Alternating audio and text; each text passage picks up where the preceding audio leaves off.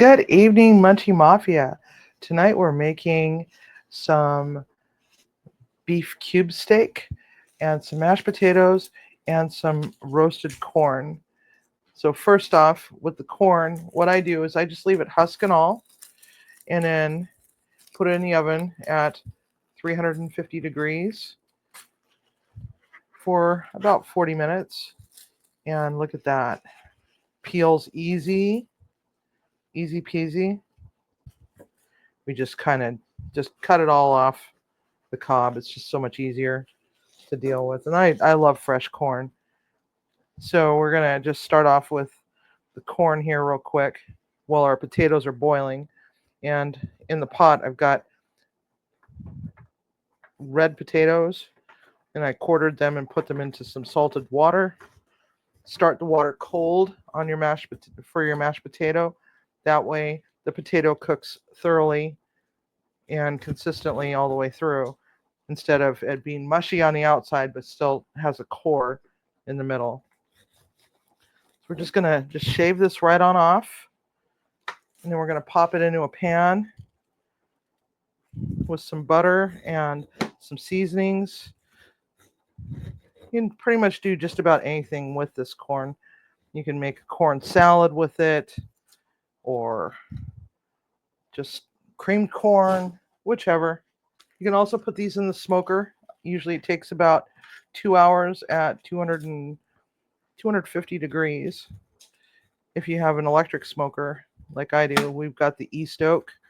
It's a cabinet smoker. If you have an offset smoker, the temperatures can vary greatly. So, just check them after about an hour. In my smoker, it's about hour and a half to 2 hours, depending on how consistent the temperature is. And that's part of the problem with Washington State, is that we don't always have the greatest of weather here. One day it could be 86 degrees, and 2 days later it's barely 50 and raining, just like it is today.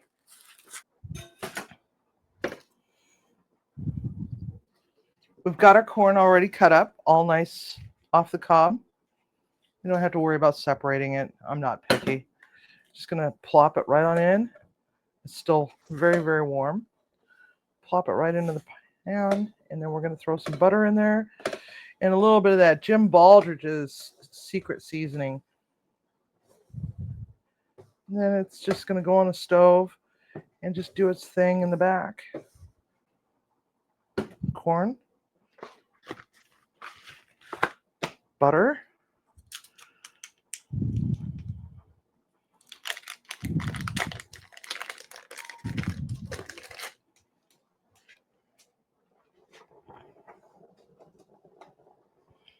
and Jim Baldridge's seasoning.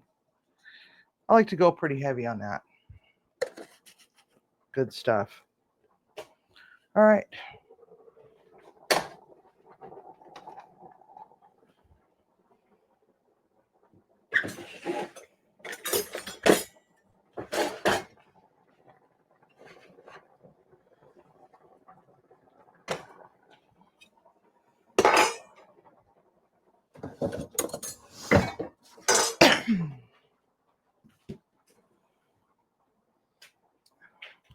Okie doke. So next what we have is beef steak, beef cube steaks. And if you don't want to spend this kind of money on it, you can always just get hamburger and just work it to death, and you pretty much get the same result, or similar result anyway. And I'm all out of my first jar, so we got to get a new jar open. There we go. Whoops. We're going to season this with the Jim Baldridge. Stuff is so good. Flippy to the other side. Show it some love on the other side.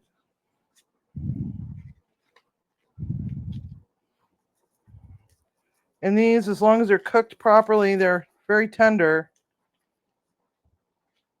Key word, cooked properly. Don't cook it to death. We're going to need some EVOO.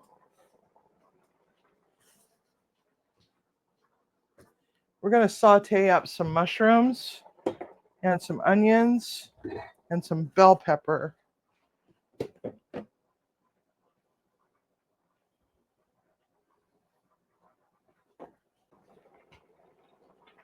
All right. So we got our potatoes in the pot. And just check and see how they're doing. I like to use the waxy potatoes as opposed to the starchy ones. I just cut my potatoes into pieces, skin on, because I like the color and I like the texture. Plus, fun fact about potato skins is that you can avoid getting scurvy if you eat the potato skin. Oil. Not a screaming hot pan this time around. Probably too many mushrooms.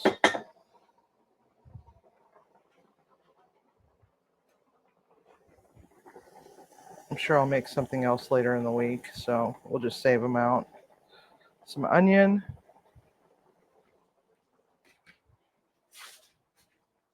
And we're going to let this go for a little bit. Let them get happy. We need some of our smoked garlic. Of course, I forgot to pull it out of the freezer a little bit ago, and usually it takes about 15 minutes. All I can get is 1 clove. Maybe that's all I'm going to get. This is going to be the base for our gravy. We're going to just make a little bit of gravy. Not a lot. Just enough.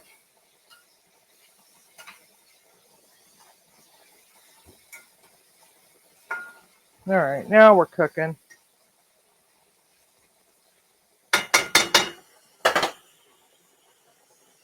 Check our potatoes. Yeah. Those are ready to go. All right, so what we have here is our potatoes. Waxy potatoes have a tendency to hold a little bit more liquid than regular potatoes. So we're just going to let it sit on the burner, turned off. Let the heat kind of kill off some of that moisture. Get our handy dandy masher. Just give it a good mash. It doesn't have to be perfect. Just perfect enough, right? I like to add a little bit of sour cream in mine. So we're just going to put some sour cream.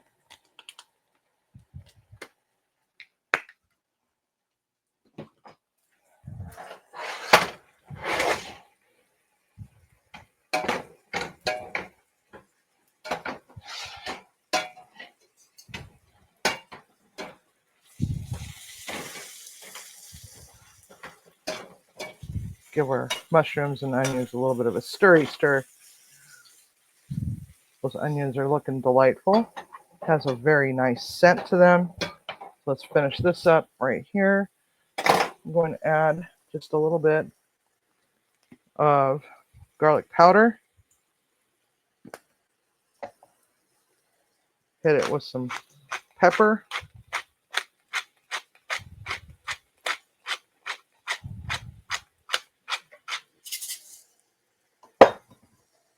And some salt.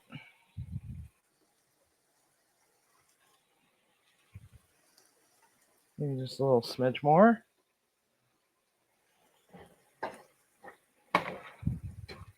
And we're just going to show it a little bit of love. Mashy, mashy, mash.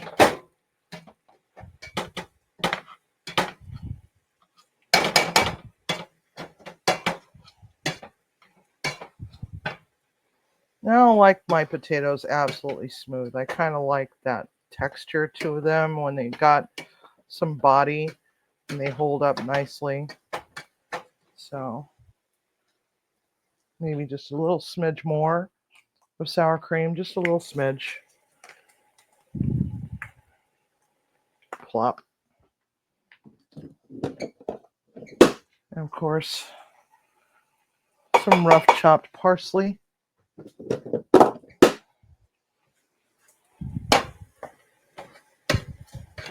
We got some really good golden brown happening on those mushrooms.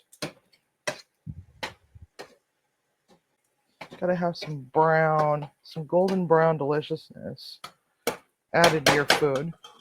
If it doesn't have that color to it, then it's not full of love. It's full of, I don't know what it is. So we're going to add a little bit of bell pepper to that because it's a softer vegetable.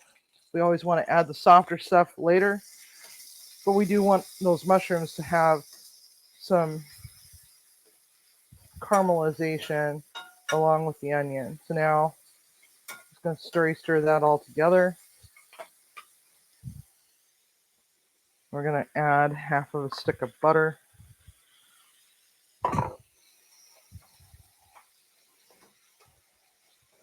We're going to let this melt. Ow, handle is hot.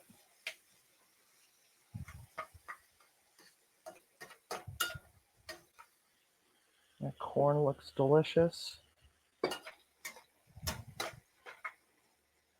Now, what we're going to do is we're going to give it a little bit of all-purpose flour. If you are gluten-free, you're going to want to use something else, whether it's cornstarch or arrowroot. Just make yourself a slurry.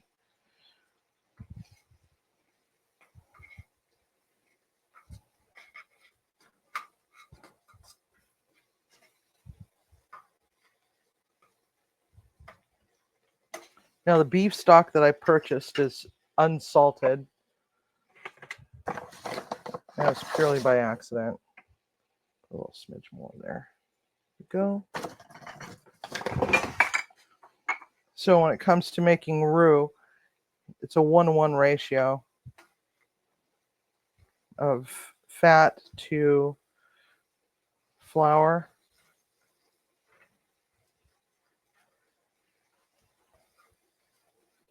We're just going to let this get happy for a little smidge.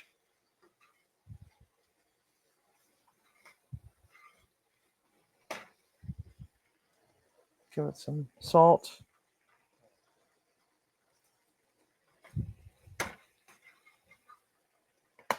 Give it a little dash of paprika.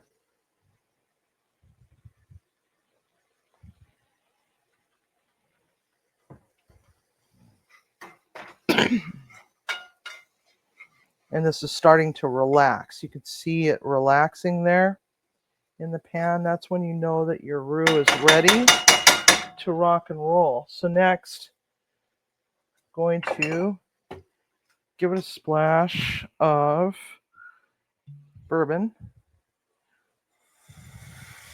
to deglaze the pan. If you don't do alcohol, that's fine. You can just throw your stock in there. All right, there we go. Now, when you're incorporating something chilled or something cold to something hot, you want to just add a little at a time, stir to combine. We also want to free up that fond at the bottom of the pan.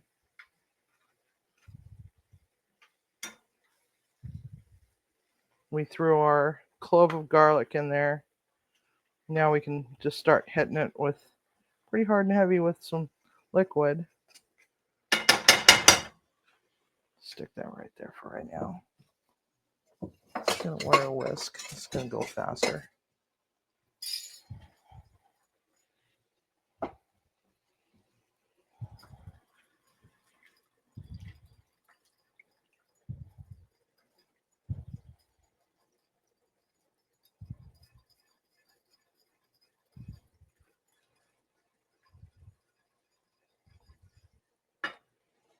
Turn that down.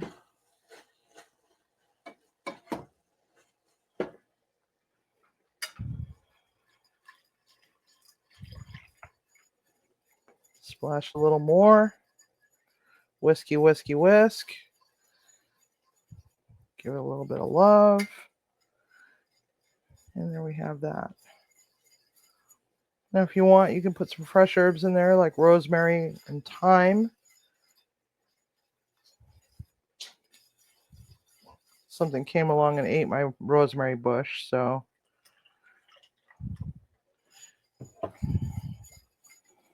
we don't have any of that. Okay, there we go.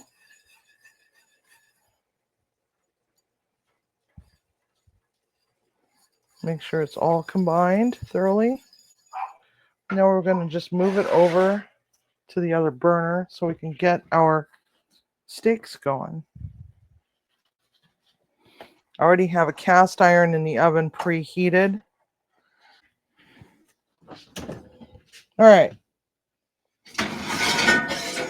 I like to preheat my cast iron. But one of the things I don't like is I forget from time to time, and I'll grab that screaming hot handle and end up burning myself. Okay, so got some oil in there. It's doing quite well. Give it a touch. Yeah, it's warm. All right, so we have our seasoned meat.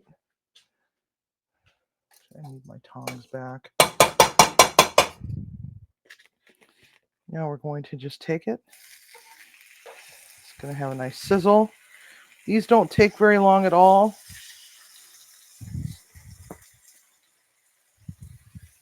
Depending on your stove, about 3 to 4 minutes per side. So don't flip your meat multiple times. Let it do its thing. One and done it. And that way your meat should be cooked thoroughly on both sides. Sometimes if you are impatient, you'll flip it and flip it and flip it. Next thing you know, it's like when you go to cut into it, you can see where it's been cooked like halfway through, but the other side only has like a little bit less cooked to it, and you don't want that. But with cube steaks, you want to make sure that you get that good Maillard reaction on both sides. The way that you can tell is if it moves easily by just pushing it just gently, it's not sticking. If it's sticking to the bottom of your pan, just let it ride for a little bit longer. And that way it can develop its crust, and just go and check it again by just go nudge, nudge, nudge. Now, when you're dealing with cast iron that's perfectly seasoned like this one is, stuff ain't gonna stick. So it's gonna lie to you. You're gonna have to play around with it a little bit. But definitely give it at least 3 minutes on that first side.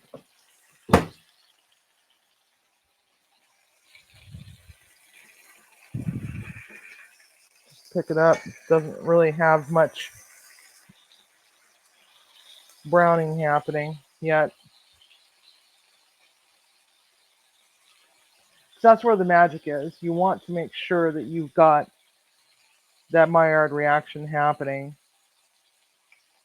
because that's where the flavor is. It also seals in the juices, so you're not bleeding all over the place when you go to take it out of the pan. And nobody likes to eat gray meat. Nobody does. So just keep that in mind. All right, so we can see that we got some stuff happening with this. We can just take a gander at it. It's got a decent caramelization on there. So let's just go ahead and flip it. Not the greatest, but it needs to be flipped over.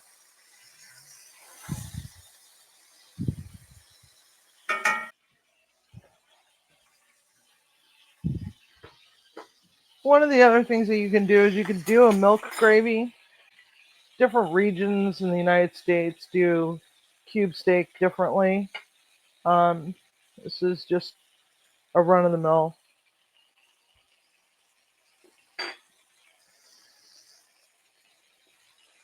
gravy. I've seen it done with like a milk gravy or country gravy, however way you want to call it.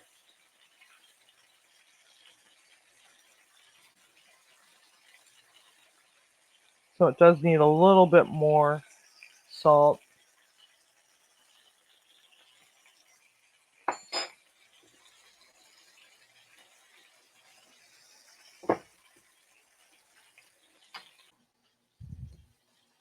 Check that out. Is that gorgeous or what?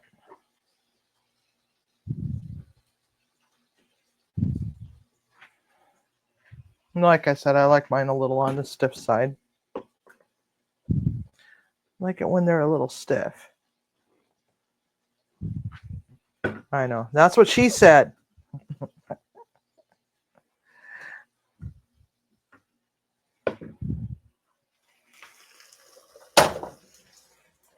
right, let's get some of that corn.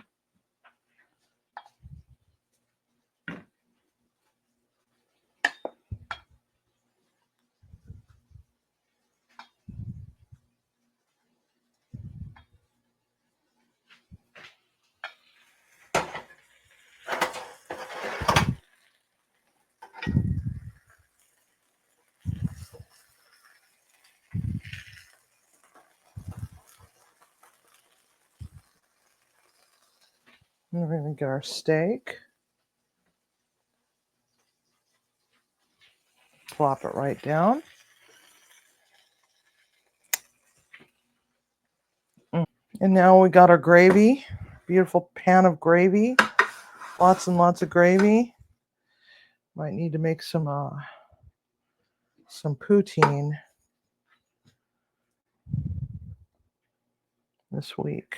So just give it a stir just to make sure that there's nothing clumpy in the bottom of it.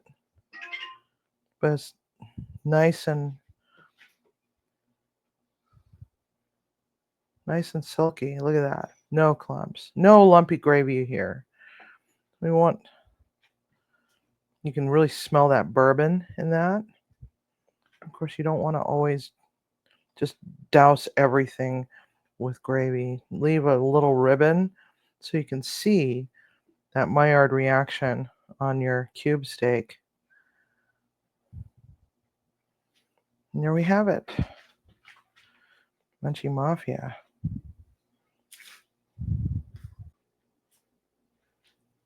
We've got cube steak, some mashed potato, and some roasted buttered corn.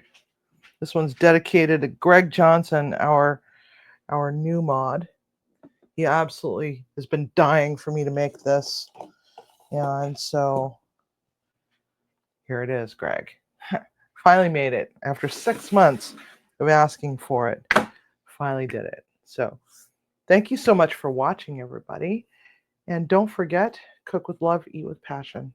See you soon. If you haven't yet subscribed to Munchie Mafia Official, now is that time. What's stopping you?